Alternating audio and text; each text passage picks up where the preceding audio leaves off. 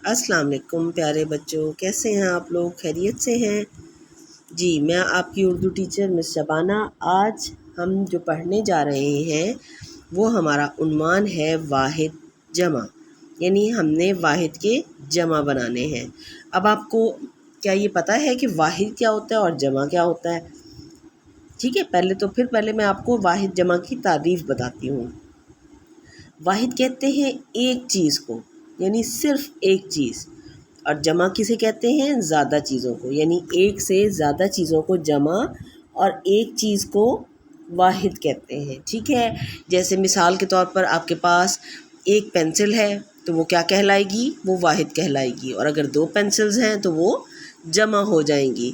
اسی طرح آپ کے پاس ایک اریزر ہے تو وہ واحد، اگر 2 ہیں تو پھر وہ جمع۔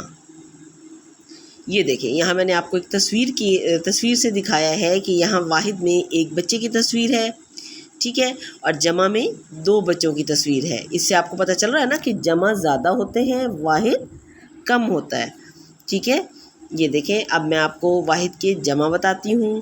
اس میں ہے طبیعت، ٹھیک ہے، طبیعت، طبائع، طریقہ، طریق، طائر، طائر ہوتا ہے ایک پرندہ، طیور بہت سارے پرندے، طالب ایک طالب علم، طلبہ بہت ساری، طبیب، اطباء، طرف، اطراف، قسم، قسمات بھی ہوتا ہے، اقسام بھی ہوتا ہے، طفل، اطفال، طفل ہوتا ہے بچہ اور اطفال بچے، طبقہ، طبقات۔